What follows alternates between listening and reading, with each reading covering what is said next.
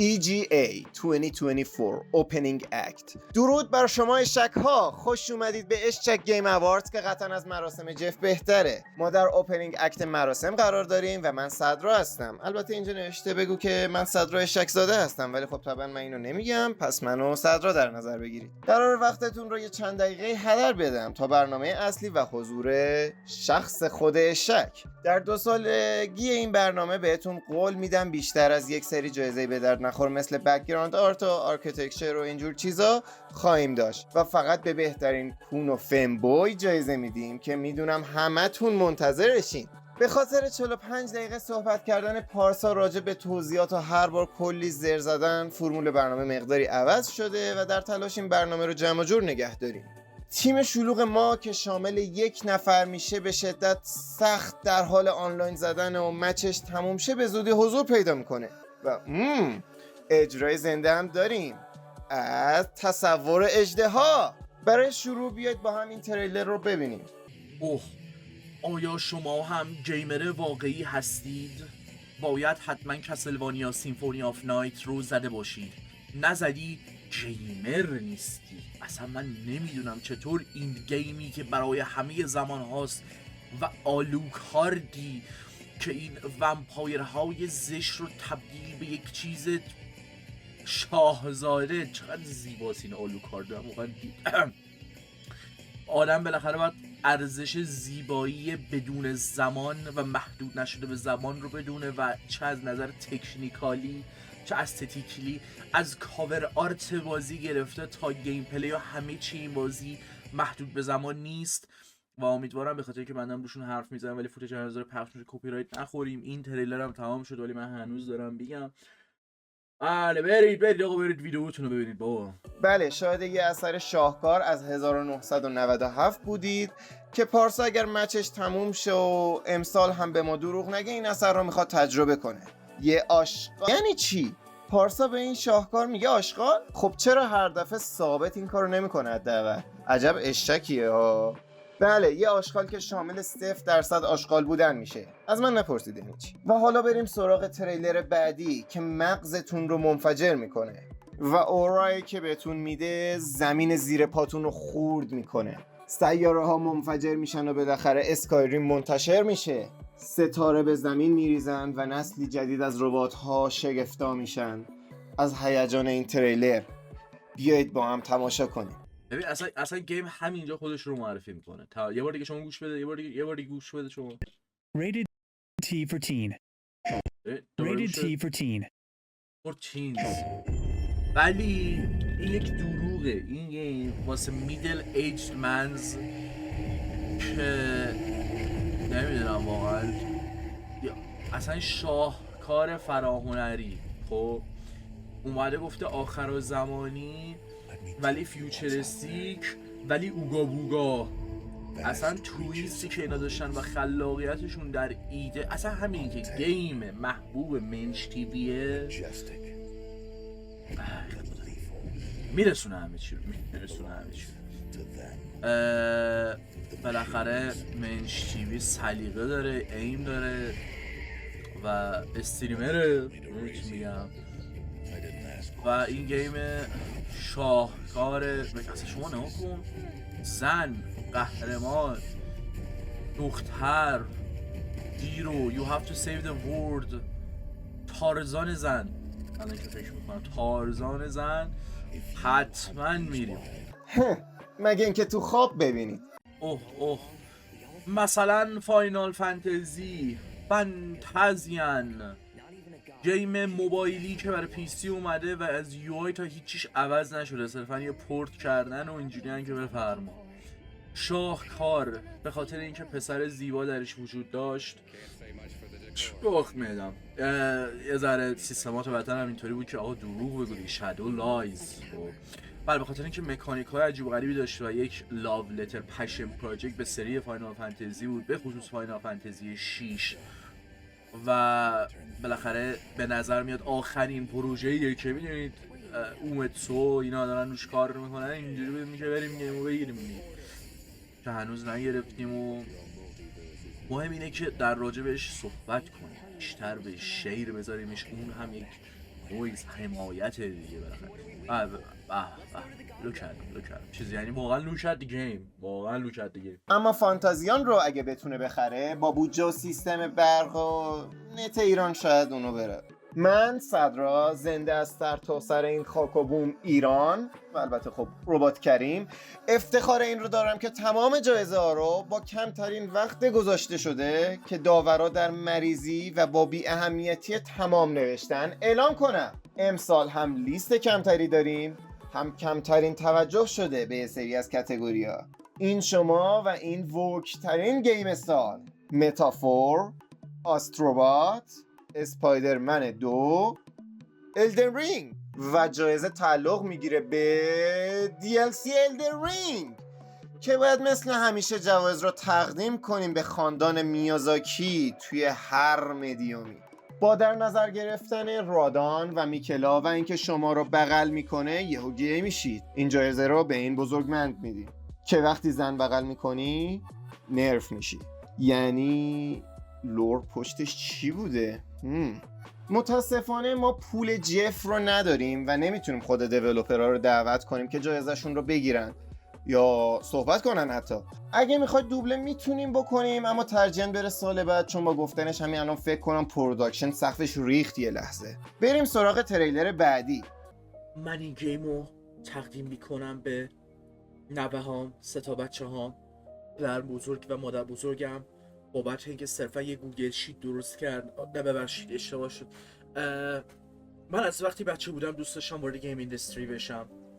این درسته که حقیقت نداره و همیشه از گیم‌ها متنفر بودم و هیچ وقت به عنوان یک آرت فرم بهش نگاه نکردم، ولی از وقتی که کلمه اینداستری واردشون شد و جزوی از پرسودترین صنعت‌ها شدن، من همیشه اینطور بودم که باید یه گیم بسازم، یه گیمی بسازم که زندگی ها رو تغییر بده، یه گیمی بسازم که بشه توش درخت کاشت.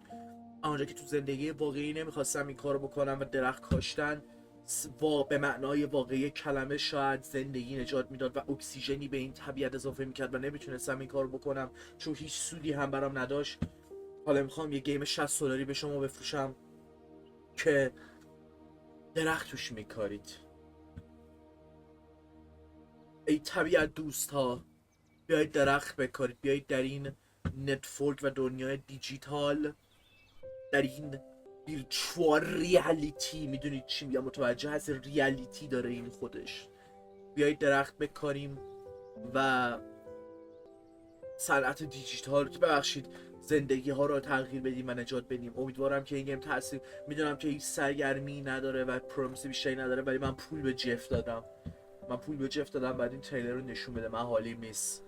ما اینوویتیو عمل کردیم و صنعت گیم رو به لول های دیگه ای داریم میرسونیم که یک سری جاها در این موارد خودش رو هیچ وقت نتونسته ریپرزنت کنه و نشون بده. حالا ما این اجازه داریم که نشون بدیم ویدیو گیم فراتر از صرف تفنگ و کشتن آدم هاست، میشه توش درختی هم کاشت. حالا برید هم کال آف دیوتی رو بازی کنید. حالا وقت جایزهای بعدی و نامنی ها برای کون سال شامل میشه از متافور، استلار بلید، بالدرز گیت 3 و ونوم.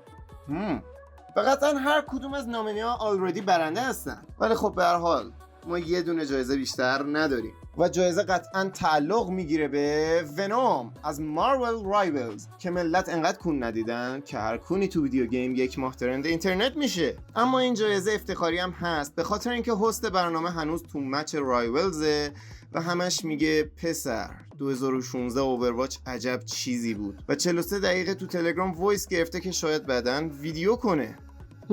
کی میدونه. و اگه حالا بهترین مولتی پلیر سال رو هم بخوایم جایزه بدیم، از بین لول، لیگ آف لجندز، رایولز، سوپر وایو و مانستر هانتر، جایزه تعلق میگیره به ایران که برق نیست، وقتی هم هست نت نیست چون جای دیگه برق رفته و اینترنت طبقاتی هم فراموش نکنیم. بگذاریم. شما برای یه زندگی بهتر داشتن تو ایران اتفاقا بهتره مثل بعضی ساده باشید. به محض اینکه یک علاقه یا چیزی برای دنبال کردن پیدا کنید، ما اونا رو میسوزونیم و 70 ضربه شلاق بابتش بهتون میزنیم. اما اپیکترین فیلم سال، فیل سال: کانکورد، استار وارز، اسپایدرمن، سویساید اسکواد. جایزه تعلق میگیره به سویساید اسکواد به خاطر اینکه تصور درستی از اسم خودشون بودن و تونسته بودن حتی از ایران، ببخشید اسپایدرمن 2 هم بدتر باشن، از بقیه هم که از اول انتظاری نبود. و خدای من میرسیم به آیتم مورد علاقه همتون و اون چیزی نیست جز فمبوی، بهترین فمبوی سال.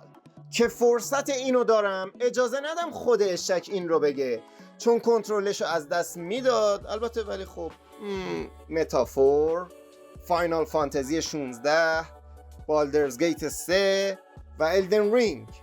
واقعا این خیلی پیچیده است. امیدوارم که داوران اشتباه تصمیم گیری نکرده باشن چون که تبعاتی که براشون داره واقعا ترسناکه. و جایزه تعلق میگیره به الدن رینگ. واو، با فاصله خیلی کم از متافور. اما اشک در نامه اینطور نوشته که میکلای مهربان، شیر بشم یالم میشی و ترجیح میدم بقیهش رو نخونم. بله، میکلای دیکتاتور که خودش رو تکه تکه کرد و زنانگی خودش رو رها، اما هنوز یک توینک بیش نبود که روحانی ترین و عجیب ترین داستان رو با نبوغ میازاکی و هنر سولز در این پارالل استوری تلینگ با خودش به همراه داشت. از دست این اشک ها، بله چی بگم والا، بگذاریم. و همین عزیزان، دیگه باید با شما خداحافظی کنم تا سالی دیگر یا شاید مدتی کمتر، کی میدونه. مرسی که من رو همراه داشتید و این بود از بازگشایی اشک گیم اواردز. مطمئن باشید که نمیخواید این مراسم رو از دست بدید. اشک گیم اواردز از همین الان شروع میشه. یعنی چی؟ مچش هنوز تمام نشده؟ بگو گمشه بیاد بابا، من واسه این مسخره بازی ها پول کافی نمیگیرم، من اصلا پول نمیگیرم. what the fuck. من از شما خداحافظی میکنم. امیدوارم تا این لحظه لذت برده باشید. شب و روزگارتون از جانب من خوش. برید و از ادامه ایونت لذت ببرید. احمق نشسته داره گیم میزنه، ولم کن بابا. بله، مرسی از صدرای عزیز و درود بر شما. خوش اومدید به بزرگترین مراسم اشک‌ها در تمام دنیا. وقتی که تیم ما که شامل یک نفر میشه که برای بار 20,000 باید تکرار کنم 2023 این مراسم رو شروع کرد، فکر نمی‌کرد به اینجا برسه. به خاطر پیچیدگی هماهنگی و شکل کارکرد برنامه امسال ممکنه حس تیکه تیکه بودن یا به هم ریختگی در کل مراسم باشه یا حتی جوک‌ها که دیگه متاسفانه به خاطر 100% لایو بودن برنامه است که نتونستیم درستش کنیم، نتونستیم با اهورا تنظیم کنیم که یه ذره جوکاشو بهتر اجرا کنه و حالمون داشت به هم میخورد و داشتیم کنسل می‌کردیم کل ویدیو رو. الان فهمیدم چی گفتی تو. خدایا میگه مثلا این چی داره به هم میگه چی او به جای اینکه بگی که بقیه‌اش رو از AI کوفت و زهر ما درست کنه، اینجوری بود که آقا لیترالی داخل 2025 شما میتونید FPS رو دانلود بکنید. به همین الان با عنوان جوک میتونیم بگیم به جای اینکه تو متن باشه. چی گفتم من اصلا؟ ببین این کسخالی که داری الان باید صحبت میکنی اون کسخال قدیمی نیست. ببین خیلی دهنم پره وایسا دهنم پره. دهنم پره، اینم دهنم پره چی دیگه داشتم میخورم پارسا چرا میخورم. پول داریم ما فتا بردیم تو برنامه. یعنیم پره. الان میفهمی داری چه غلطی میکنی؟ دارم میخونم دیگه. بای چقدر حرف میزنی، چقدر حرف میزنی. خب حروم زاده، خب نگفتی یه تیکه رو چیکار کنیم؟ موثر شده این فکت میزنه. خب نگفتی یه تیکه رو چیکار کنیم الان؟ یادت رفت؟ خب الان این تیکه رو کنیم نکنیم؟ نه چرا؟ ها؟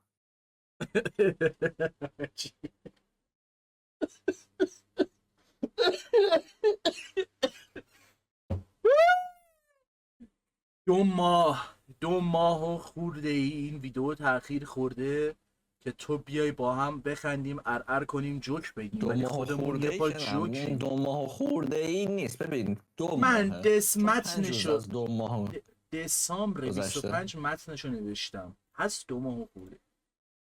نه پیکس 2 ماهه. 25 باش. نوشتی الان 5 باش پیکس 2 ماه. 2 ماه و 2 ساعت. بله مخواهی تایی وای این اشکه. من الان فهمیدم. من تنها داشتم اشک میخونم.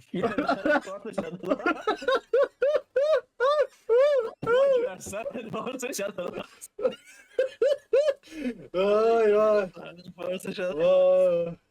ما رو باش با کی اومدیم 13 به در.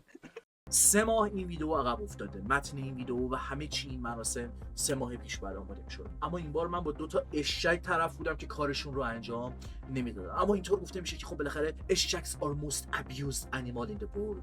حتی اگه این اطلاعات غلط باشه در دل اشک ها واقعی. جدای از دلاغک و روحیه‌شون دل دارن این اشک ها. لذت میبریم از حضور در این برنامه برای جایزه دادن و یادآوری چیزای تجربه شده در طول سال. و حالا از این مسخره بازی ها که بگذریم، از این توجیه ها و اینکه این اشک ها چرا قراره برینن پارت های خودشون رو، وقتی شما رو با اسپانسر این برنامه آشنا کنم.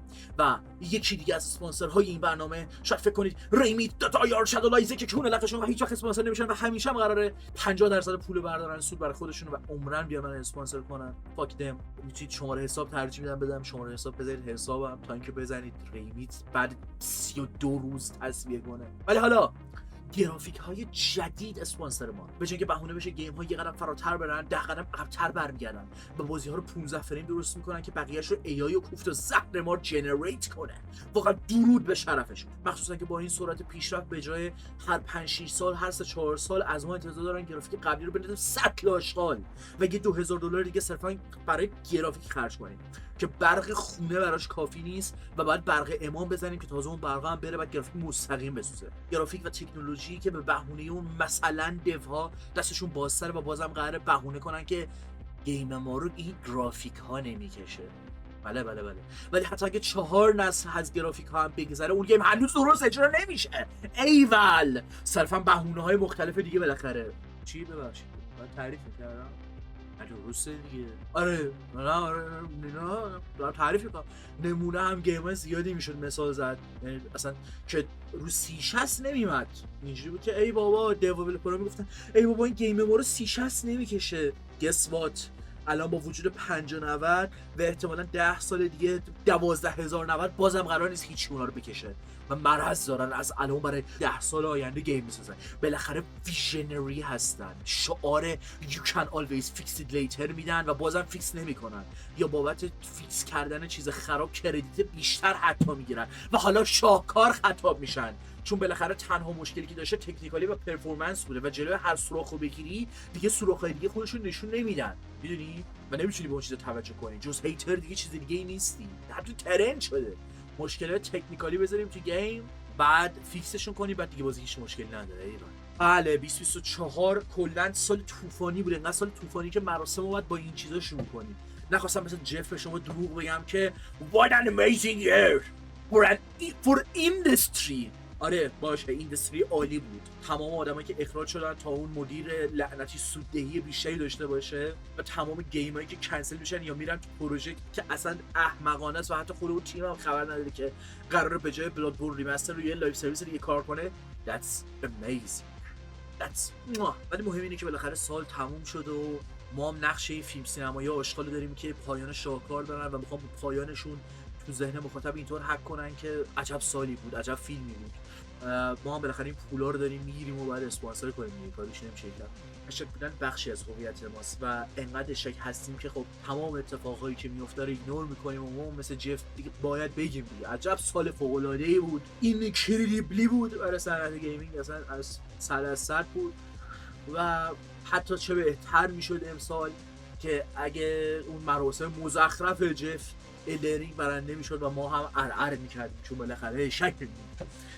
امشب شب به خصوصیه و ما به یه بازی کارتی به یه بازی بچه هیچ جایزه نمیدیم. یا حتی اون یکی بازی که شبیه سینماتیکشه حداقل ولی دیولپرش بچه ننه است و از میمونه توی بازی ایگویستیکال ترن و میمونتر. امروز مهمون های زیادی داریم. کوجیما پدر سونی. از کوجیما سریع رد شدم. بخش استاد کوجیما بفرمایید رو بالا.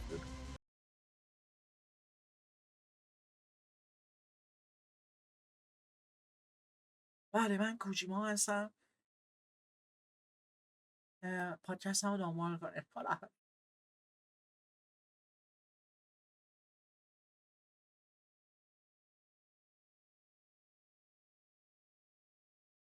بله پدر سونی و پلی استیشن. نه آقا تو نیا بالا. عجب گیری کردیم من و میگم وقت نداریم اهمیت بریم بهت. درسته که 10 دقیقه اینترو میتونیم بریم در رابطه با کارت گرافیک ها یا 15 دقیقه وقت بدیم به کوجیما ولی شوت کن اینو با اردنگی اونور بابا یارو بگه دیگه. همین بابا یه تریلر گاچا گیم دیگه نشون بدیم. حالیش نیست این یارو از دست این قدیمی ها.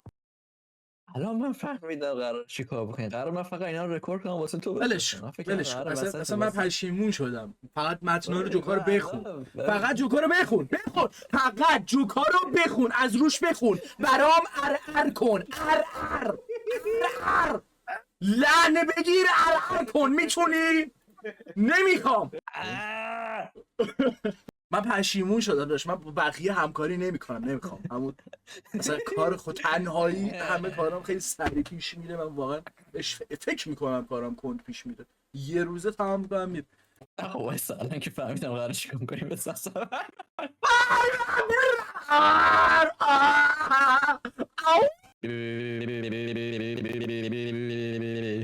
این 666 بار میگه من تازه فهمیدم چی شد. 666 3 تا 6 داره. واقعا هنوزم نفهمیدی چی شد. به مهمترین افراد حاضر هستن دیگه. بله چی بگم دیگه والا اینا رو هم حساب کنید. اگه حرفشون مستقیم مرتبط به حرفم نبود پولشون رو درست ندادیم. بر همین چیزا از قبل ضبط شده برامون فرستادن متاسفانه که اصلا هیچ کانکشنی اصلا نداره به اجرای لایومون و انگار باید بیشتر شبیه یه سایت کوئست اینو بذاریم. چی بگم والا. حالا درسته که به مهمترین افراد حاضر در صنعت گیم اهمیت نمیدیم ولی برای مارکت قضیه هم که شده بیایید دعوت کنیم از تیموتی چالامی که نمیدونم چرا ربطی به گیم داره. بله ما هم می‌خواستیم وارد صنعت گیم بشیم و چی نوشته. بله ما هم کلمه رو حواسم. ما هم پشنت بودیم نسبت به گیم همیشه و صد البته که خب درسته که پردرآمدترین صنعت الانه وقتی چه به خاطر پول هم که دیگه شده و نظر مالی و اکونومیکلی خودش رو ثابت کرده دیگه به گیم نگیم هنر نیست یا بچگونه است یا همش بزنیمش. از 2020 به بعد به معلومه که گیم یه چیز فاخر و لاکچریه و ما از بچگی بهش اهمیت میدادیم و به عنوان یه چیز لسر نمیدیدیمش اصلا. never happened. We always loved gamers. We just didn't understand, you know. پس با اینکه نه گیم زدم تو زندگیم نه برام مهمه و برام نوشتن که به خاطر اینکه چیز کالتیه بگم طرفدار ایریس تو فاینال فانتزی هم نه برای من مهمه نه برای شما مهمه نه برای مخاطب هایی که از طرف من جذب برنامه میشن چون براشون گیم مهم نیست و مهم بود تا الان دنبال کرده بودن. ببخشید سلامش و صرفا باز فیلم باز میمونن و گیمرام که من براشون مهم میشن. نه کارش شیرم میشه. بریم سراغ اونجایزه که حداقل یه ربطی به من داشته باشه. بهترین کست از کرکترها و نامینی ها شامل از ایگان، هلبلید، بالدرز گیت 3 و متافور و برنده کسی نیست جز متافور ریفانتزی. بله اینو سریع شوتش کردیم اونور غیبش کردیم و متاسفانه تا همینجا بودجهشو داشتیم یا حرکتی یه نونجوتسو زدیم و رفت به کارش. فرامسافت همیشه کس کامل و خیلی خوبی از کاراکترها رو داره و تو هر زبان جادویی به نظر میاد که چطور کارشون رو خوب انجام میدن و چطور این کس از کاراکترها رو پیدا میکنن.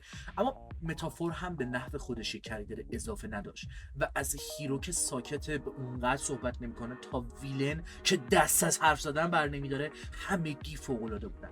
هر نامینی در جای خودش برنده است هرچند که ممکنه صرفا گذاشته باشیم جا پر کرده باشن بعضی موقع ها مثل پارسال پیارسال اونقدر با دقت نیست همه چی. اما اینطوری هم نیستش که مثلا خب اسپایدرمن 2 بذارم که میدونید صرفا جا پر کرده باشه دیگه. اما متافور یکی از انتخاب‌های اصلیمه و بیایید دعوت کنیم از لوئیس که بیاد جایزش رو بگیره. میدونم که من وایس اکتور فیک هستم و الان مثلا جای لوئیس اینجا، اما گوش شدید مردم هلدیا، مثلا شما آورده این مراسم هستید، به من پروتکل. آقا این چیه میگه برای خودت؟ بیا برو بابا یکی اینو بندازی بیرون. اینجا فقط ما حق صحبت و درخواست برای رای توی پیج تیک تاکمون داریم و نمیفهمم. نه پروتکل مردم هلدیا.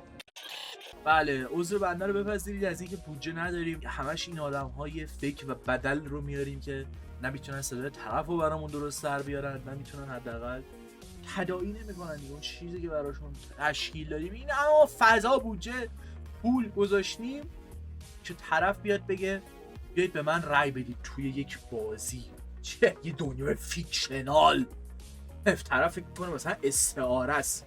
وایست خوب انجام دادی یا برو دیگه. من نمیدونم نقش چیه به خودت گرفتی و فکر میکنی که اصلا انقدر یک گیم به عنوان یک مدیوم یا هنر میتونه رو تاثیر بذاره. آها.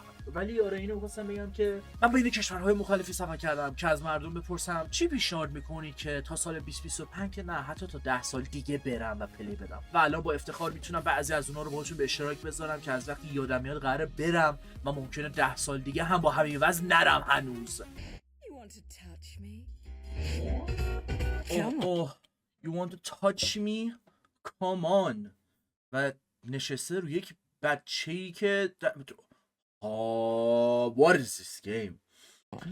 گیمی شاهکار که هر کس یک جور معنیش میکنه. یکی اینطوریه که this is girl power، یکی اینجوریه که male gaze. اگر این گیم الان میومد به 600,000 روش مختلف کنسل میشد، اما حالا گونر oh my god what was that؟ یعنی اصلا فلسفه‌ای که پشت حرکت این دوربین هست و زنانگی که بایونتا در خودش داره، اصلا این زنانگی رو به تصویر میکشه. اصلا زنانگی یعنی این سکشوالش شده نیست، اصلا جنس زن یعنی این هم زن یعنی بایونتا، یعنی اصلا غیر این باشه زن نیست. نمیگیم که دیگه ما هم بالاخره. ولی آره اثری شاهکار که اصلا breathtaking برافا، یعنی اصلا هم نفس هم خشم واقعا. بله و منطقهای هیدئو کوجیمایی که خب این چرا لخت مادرزاده؟ نه ببین پسر جون، اگر لخت مادرزاد نباشه و آفتاب به پوستش نخوره اکچولی این میمیره و برای اینکه نمیره برای همین باید لخت بشه و از موهاش با ما لباس. برو this is peak، this is شاهکار. تریلر تمام شد، من هنوز حرفام مونده. آره برید اون ویدیو 45 دقیقه جاذبه جنسی و بادی ایمیج و سکشوالیتی ویدیو گیمی که دادم رو برید ببینید دیگه. نمیدونم شاید هم تبلیغ میکنم ولی آره بدبخت هورنی که فقط فکر میکنن مثلا بایونتا خاک بر سرتون که ارزش بایونتا رو پایینه. ببخش تریلر تمام شده عذر میخوام. بله درست دیدید، بایونتا گیمی که در 2 فصل متفاوت استارت زدم و هر بار تا جای خوبی رفتم ولی نتونستم تمام کنم و هر بار به یه مشکلی خوردم که کلا گیم نتونستم بزنم تا یه مدت. نه صرفا بایونتا. آیا 10 سال دیگه به این گیم میرسیم بالاخره؟ آیا چقدر گراوند بریکینگ خواهد بود این گیم؟ و سراغ جایزه بعدی که بریم چون دیگه بالاخره مهم نیست بشه از این روش پول نگرفتیم. بهترین کین مزخرف بازی میکنه یه سال که شامل ووکانگ، استروبات، بالاترو و متافور باشه و برنده سال باز هم متافور. تبریک میگم برای بردن این جایزه ها، چون هر چقدر هم بگن کین استروبات مزخرف بازی میکنه بازم میرن میبینن و ترای میدن. هر چقدر هم بگن این بالاترو چیه بازم میرن ترای میدن و بخاطر اینکه یه گمبل ادیکتن میگن اوه چه گیم شاهکاری. ولی واقعا کی میشه بازی انیمه ترن بیس بره که توش انیمه داره بازم که هم ژاپنیا ساختن؟ یعنی این کسخلای ژاپنی پشت پرده ژاپن نمیدونن. پشت پرده ژاپن اینا ببین اینا فقط دارن یه تصویر دنبال میکنن که ریبرند کرده خودشون، مخصوصا که توی این بازی مستقیما دست رو سیاست و تم‌هایی گذاشته که باید کنسل بشه و برشکست. عملا داره میگه واسه اینکه حریف تو مثلا جاشو بگیری رئیس جمهوری باید بکشیش. یعنی چی باید به عنوان یه باز شکستش بدی؟ بسوزونیدشون بابا این مزخرفات رو. تا حالا سیاسی نشده بود اینقدر برنامه. ای بابا. بهترین اژدهای سال فاینال فانتزی 16، متافور، مانستر هانتر و پرنس آف پرشیا. و جایزه بهترین اژدهایی که هنوزم بعد 20 سال تکامل ویدیو گیم باید پا یا دمش رو نهایت بزنی میرسه به بیل که برای اینکه ایگان خیر ما رو نگیره اعلام نکردیم در نومینی ها وجود داره. کرسیو بیل، منظور چیه که بیل جایزه گرفته؟ یعنی چی این مراسم که بیل جایزه گرفته؟ آقا یکی جلوی رو بگیره. بله ما از شما پوزش میخوایم بابت حضور کاپیتان ایگان که این نهنگ موبیدیک رو فراتر از یک حیوان و همانند یک خدا میبینتش. یکم تروماتایز شده بنده خدا، این انقدر کتاب نوشته اصلا رد داده و همونطور که میبینید اصلا شب خاصی رو داریم رقم میزنیم. هر جایزه کسی رو به گونه‌ای خوشحال یا عصبی میکنه که چه بهتر، و اهمیت هر جایزه اونقدر بالاست که یک سری رو به جنون میرسونه.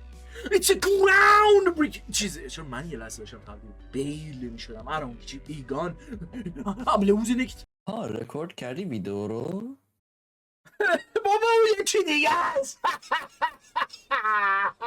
هی میگه آها الان فهمیدم. Now I get it. No you don't.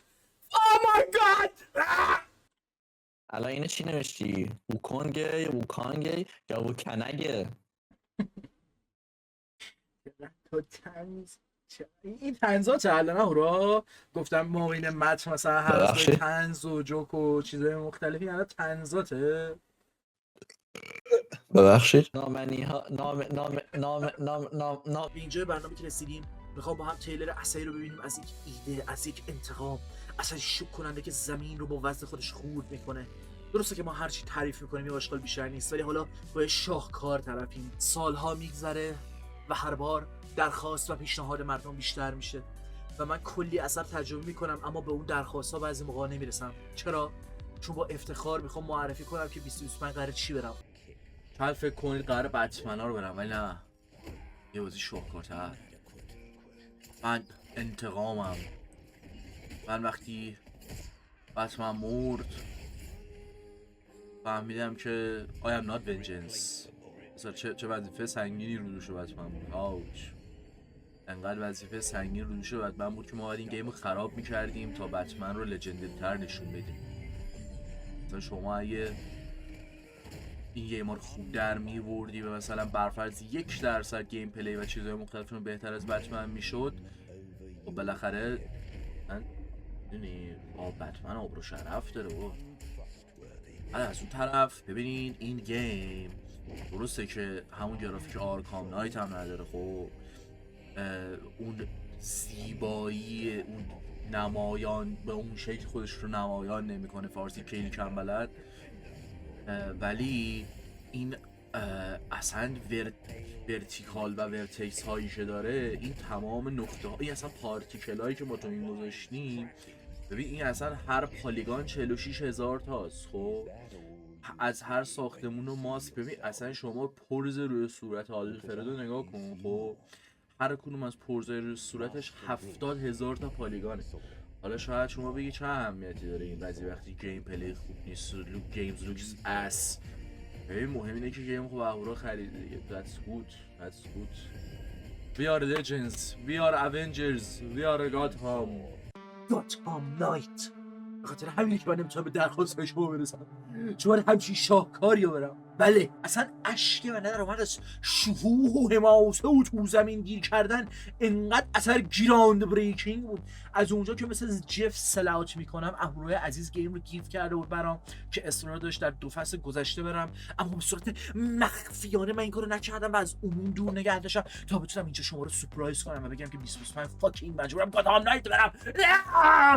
هیچ وقت از رفیقاتون گیم گیف نگیرید.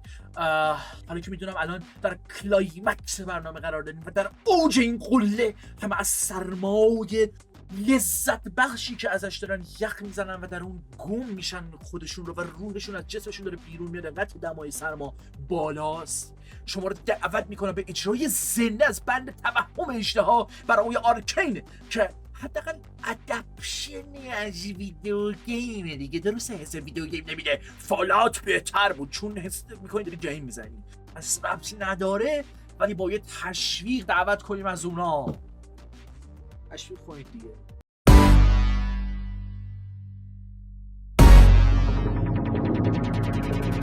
به پول جف بیدار میشم، وقتشه که برم اشک گیم آوارز. فل بداهه نمیدونم چه دارم میکنم، نمیدونم چی دارم میخونم. مهم نیست رو بیت نیستیم، مهم اینه که سورپرایز کنیم ملتو. ما بهم میگن تو بزرگترینی، ولی گوه میخورن ازت متنفرم. اوه بدبختی میخوان دشمن تو باشن. بدم چی بخورم این کرو دشمن من ای او ای ای ای دشمن من ای ای او ای ای دشمن من ای ای او ای ای FBI و عشقه بینم چی فیدار میشم. آن که نیومده سیزن آخره، زجه میزنم دنبال نکته میکردم داستانای نور. وقتی پشتم به مخاطبه پشتم وایسادی مقابلمه، بهت میگن تو بهتری، ولی وقتی آرکین درست نمی کنی ازت متنفرم. همه میخوان دشمن من باشن، از هم دردی دریغ نکن. همه میخوان دشمن من باشن، دشمن ای او ای آه دشمن ای او ای.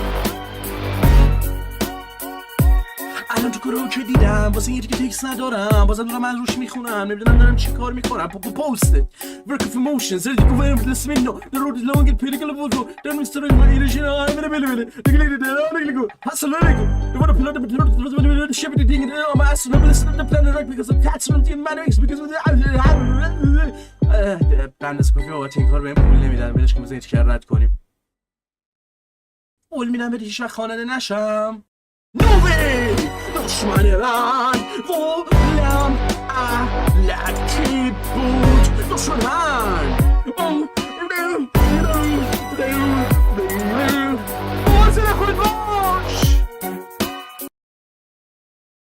به خاطر اینکه بودجه و پروداکشن جف رو نداریم، زمان کمه، صداش رو هم در نیاری که توهم اژدها واقعا توهم اژدها بود و خودم سگاده بود. اینو که نمید گفتم ما خود خواننده رو آوردیم و تمام.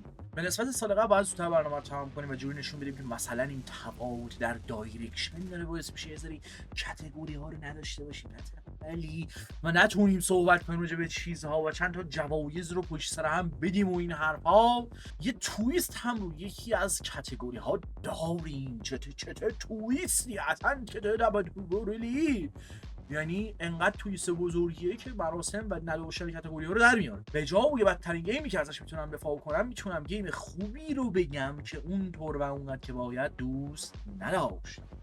نامینی ها شامل از ککون، میتال هیلسینگر، هیل بلید و بالدورز گیت 3 و جایزه میرسه به بالدورز گیت 3 و خب عجب اسکریپتی.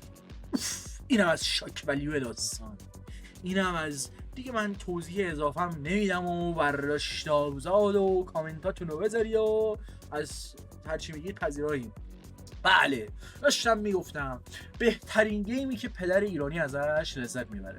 نامینی ها شامل از پرنس آف پرشیا، مانستر هانتر ووکونگ و چین توگیدر. برنده کسی نیست جز پرنس آف پرشیا. با اینکه از بازی های دیگه درس های زیادی میشه گرفت، پرنس آف پرشیا احترام لیس و غرورمندانه باید به عنوان یک آریایی ازش دفاع کرد. خدایا چیز ببخشید. فعلا بعد برنامه باید در نظر بگیریم که عجب مراسم مزخرفیه. به خاطر در مقاطع چه کاری که نمیکنه دیگه. فراموش شدنی ترین سال اسپایدرمن 2، هل بلید 2، فاینال فانتزی 16 و این فیلم سکند سان و برنده کسی نیست جز اسپایدرمن. به محض تموم شدن بازی مغزتون جوری میخواد بازی رو فراموش کنه که انگار حالت دفاعی به خودش گرفته و میخواد از آسیب‌های بیشتر و احتمالی دوری کنه. اصلا نه تنها مراسم کوتاهه، بلکه گیم‌های زیادی تجربه نکردیم که تو کاتگوری‌های مختلف جا بگیره. هیچ، بلکه می‌خوایم پرشون کنیم. اما اصلا بهترین پایان و کریدیت بازی این شیاق از متافور استروبات و کیکو الدن رینگ میرسه به استروبات که با پایانش قلب ما رو خرید. و حالا که ادای اهمیت به گیم رو در آوردیم، یه تبلیغ بازی رو بکنیم به شکلی هوشمندانه با کاتگوری بهترین میکرو ترانزکشن کلاسیک شادو لایت به حرومزاده‌مون یه کمپانی‌ها جایزه چیز. ببینید این مار فرام not the star look at me Dutch.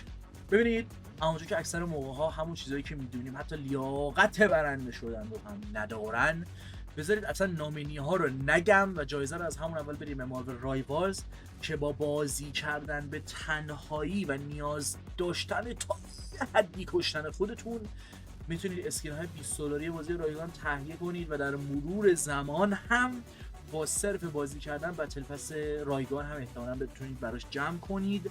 بازی که اسکین‌های خوبی هم داره، حداقل چه رایگان چه پولیا.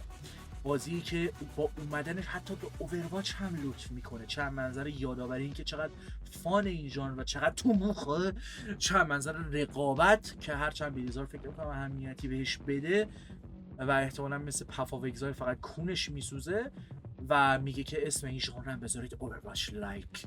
از بس که ال داره این کمپانی واقعا من نمیفهمم، ولی امیدواریم که از این رقابت استفاده کنه. یک ذرم که شده حالا دسپریت بخواد بشه هر چی بشه، یه ذره کامپیتیشن بد نیست برای هر دو گیم. ولی خب بریم یه تریلر دیگه ببینیم تو کمی حواستون پرت بشه از اینکه چقدر اتفاق داره میفته و با سرعت بالا حس کنید که اوه چقدر کانتنت من دارم میبینم و این سرعت باعث بشه که خیلی چیزا رو بپیچونیم. ایول چی؟ نیر زدی؟ درکنگارد نزدید؟ داداش تو اصلا حالیت نمیشه. تو برای این که بخوای هیدو کوجیما رو متوجه بشی، خب اول چه هیدو کوجیما نه اشکال نداره، برای اینکه بخوای یوشیکاوا آوانوتو رو متوجه بشی مهم نیست، باید درکنگارد رو بزنی. ببین درکنگارد خب به قول بعضی ها دریکنگارد گورد. ببین این بازی اصلا اکسپریمنتال ابسترکت. ببین اصلا اون موقع این گیم بود، خب یعنی اون موقع یه اثرایی بود که الان تو 2025 نیست. من واقعا نمیفهمم که چطور واقعا هر کی این گیمو نزنه به نظر من یک آدم احمق و لسر، یعنی اصلا وجودش مایه شعنه که طرف میره اسکایریم آن ریلیز نشده ببخشید حالا یه سری گیم‌های حداقل بدتری که همه قبول داری بعد اسپایدرمن 2 مثلا میدونید که چی میگم، میره اونا رو میزنه ولی درکنگار رو نمیزنه. آقا ما با یک شاهکار طرفیم و اوه مای گاد. و بله شاهد تریلری بودید که در متن خودم هم نمیدونم چیه و دقیقه 90 است از دست این تیم پروداکشن که بعد 3 ماه هنوز این یه تیکه تصمیم نگرفته چه تریلری بذاره. در اواخر برنامه قرار داریم اما باید جایزه دیگه بریم. پس بهترین چیزایی که ممکنه کمتر راجبشون صحبت کنم: چکون، بالدرز گیت 3، گراویتی راش و فاینال فانتزی 16 و جایزه تعلق میگیره به جاذبه زندگی که معلوم نمیکنه آدم چیکار بکنه یا نکنه. چی دارم چیکار؟ ولی بین تمام این نامینی ها راجع به گراویتی راش احتمالاً از همه گزینه‌ها کمتر گذاشتم و بخوام بذارم و کلا خواهی چی. دلیل خاصی هم ندارم، صرفا از اون اثرایی که دوست دارم دو نسخه شد ولی احتمالاً کم بودش. و میرسیم به سورپرایز آخر برنامه. او مای گاد، زندگی نصف 2، همان گونه که چشم این یارو نصفش نیست 2. هالف لایف، گیمی شاهکار که دوباره باز هم اساتید میگویند شما چی هالف لایف بازی نکردی؟ ببین درسته که من خودم هم بچه بودم بازی نکردم، اگه بچه بودم بازی کردم بازم هیچی نفهمیدم و نمیفهمم چرا گیم خوبیه. ولی ببین سلطان گیبن خب یه گیمی اون زمان ساخته که بالاخره چون گیم 50 سال پیش ما باید ازش تعریف کنیم دیگه. گیم جدید که همیشه آدم باید بد بگه، مثلا هر اثر جدیدی رو آدم باید بد بگه، ولی اثرهای قدیمی رو چون قدیمیه دیگه وقتی از اثر قدیمی تعریف کنی اون موقع مثل این مخاطبای جدید که چیزهای جدید دنبال میکنن نیستی دیگه. برای همین حرف تو هم شاهکاره. حالا این که من دارم الان شوخی میکنم و واقعا همچین نظری دارم یا ندارم و دیگه بالاخره half truth half lies half shadow lies 2 میدونی چی میگم. بله بالاخره سراغ یه گیم شاهکار خواهیم رفت، واقعا یه گیم تایملس دیگه. متن دیگه پشت سر هم دارم همه تلرها رو باز میکنم چرت پرتی میگم دیگه. متن چیز براش اینا نباید میگفتم. رد کن آقا رد کن. هالف لایف بالاخره میتونم اعلام کنم که دیگه وقتشه عقب نندازم و به هالف لایف 2 برم توی 2024 و اینم بود از سورپرایز.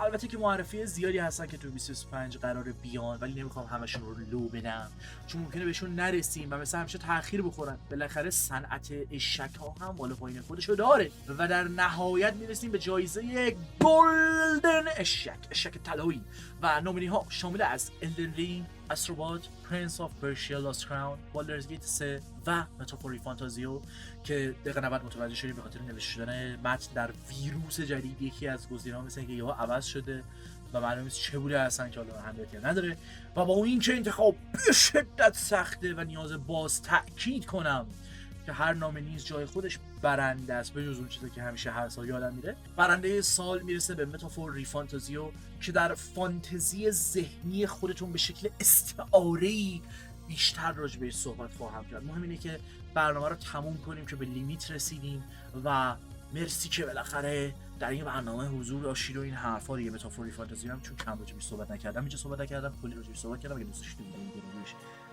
ببینید و بشنوید و یه تریلر دیگه هم ببینیم. بله خب دیگه اینو باید با کات نشون بدیم. همین فیلمو 25 ساعت نکو ببینید. این داچ انگل نیست کدوم انگله بس. ببینید این اسپیکت روشیو 15/57 که معمولا در پرسپکتیو و فلان و ببینید درسته که من این چک لیست هایی که جلوم گذاشتم اصلا همه چی رو معنی میکنه. این شاتی که ما الان داریم میبینیم در تاریخ سینما و سریال و دوربین خب در تکنیکال قضیه این تیک ها رو میخوره خب و چون این تیک ها رو میخوره در نتیجه شات خوبیه. یعنی اصلا شکل دیگه ای من نمیدونم من احساسات حالیم نیست. 2 به علاوه 2 مساوی 4 عزیزان. خب و ما با یه هنر طرف نیستیم، ما با یک ساختار با یک دیزاین طرفیم که نه این اجازه رو به خودش میدیم فرم داشته باشه و ابژکتیولی ما میگیم که شما ریدی. و خب ببینید دوستان شما کافه رفتی بشینی چیز نباشین رفرنس اشتباه بود شات زیباییست. خب حالا روی این شات دو سر نگاه ببینید ما سریالی طرفیم که میگه من از گیم الهام گرفتم خب از استنلی پارابل. خب گیم اصلا خودش هنر نیست. خب متوجه چی میگم؟ گیمی که اصلا هنر نیست و تو بیای تازه از سریالی که بازم هنر نیست چون فقط سینما هنره این دوتا رو هم ترکیب کنی تو یه آشغالی عرفی که خب اومده به تو داره میگه 2 علاوه 2 مساوی 5 اومده داره به تو میگه که مثلا تو به من اینجوری نگاه کن. بعد اونم اینجا زده اپل سیب تیوی مثلا تو مردی که من موز دوست دارم تو برای چی سیب گذاشتی اینجا؟ خب ولی اینا کاپیتالیسم اینا مال پولن و هی این لوگوی اپل رو زده گذاشته جلوم این پایین نوشته که با احترام به جمهوری اسلامی ایران. یعنی چی من نمیفهمم واقعا. و سیاه‌پوست گذاشت اصلا اگه ما تو ایران سیاه‌پوست گذاشتیم اول تو میای میگید با احترام به جمهوری اسلامی چیز ایران بعد سیاه‌پوست به من نشون میدی من نمیفهمم. Hello, is anyone there? Is the board on? It's Marquez from Macro.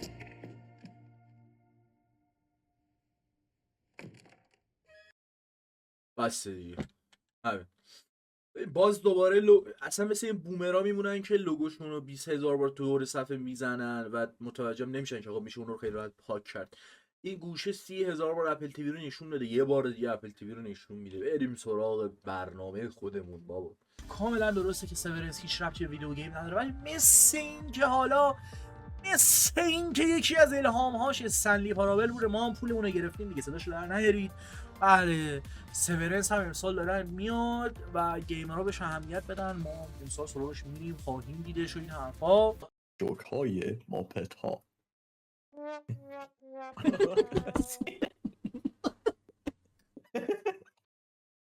آن نکنه خوزگر. برسی مورتال بچه های دیسکورد 1 ساعت دارم رکورد میکنم. اگر تو داری رکورد میکنی چرا من دیگه رکورد کنم؟ دیدی گفتم هنوز نفهمیده بچه‌ها که دارن ویدیو رو میدید گفتم هنوز نفهم. حالا یه که من باید بگم احمق. عجب شبی ترجیح میدادم یه انحصار پلاستیشن 5 بودم. نه در رابطه با انحصار بودن چه خوبه. امشب اینجا نمی بودم.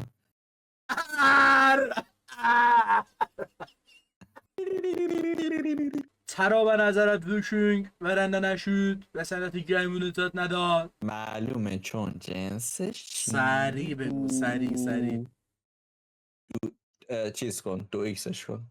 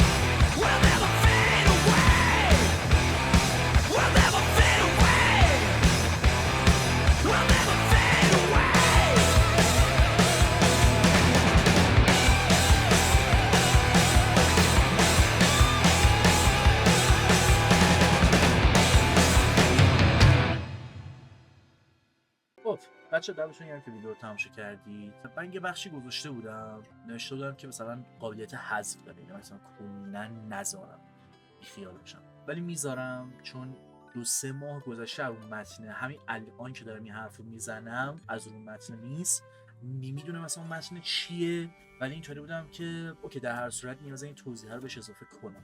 من به خاطر اون شکلی که تو ذهنم بود ویدیو رو درست کنم هی عقب افتاد و این عقب افتادن واقعا 2-3 ماه طول کشید. یعنی مثلا نمیتونستم با بچه‌ها مچم، بچه‌ها نمیتونستن اون چیزی که من میخوام برسونن، یا اصلا کلا نمیشد. هر جوری بود به هر دلیلی بود نمیشد. اون طرف خودم درگیر چیزای متفاوت میشدم، رکورد نمیکردم. اصلا یهو اینطوری بودم که از ویدیو رکورد کردم برن‌اوت شدم. بعد از اون طرف میرفتم کار دیگه میکردم و اون کار انقدر شدیدتر برن‌اوت میکرد منو که اینطوری بودم ویدیو رکورد کردن چقدر آسونه. و الان که اینو دارم رکورد میکنم دقیقاً از اون روزایی که ویدیو رکورد کردن چقدر آسونه، چون 3-4 تا ویدیو دارم پشت هم رکورد میکنم و هنوز انرژی دارم تا آخر شب رکورد کنم. هنوز 3 روزه. کلاً مدت زمان برنامه‌ام با تجربه بنده جابجا میشه و خب مثلا اگه چیزها اونطور که تو ذهنم هست امیدوارانه پیش برن، مثلا سال بعد شاید طولانی ترین مراسم سال داشته باشیم که کتگوری های بیشتری هم تو خودش جا میده. امسال هم چیزا میگم حالا دقیقه 90 شدن، درگیر چیزای مختلفی بودم.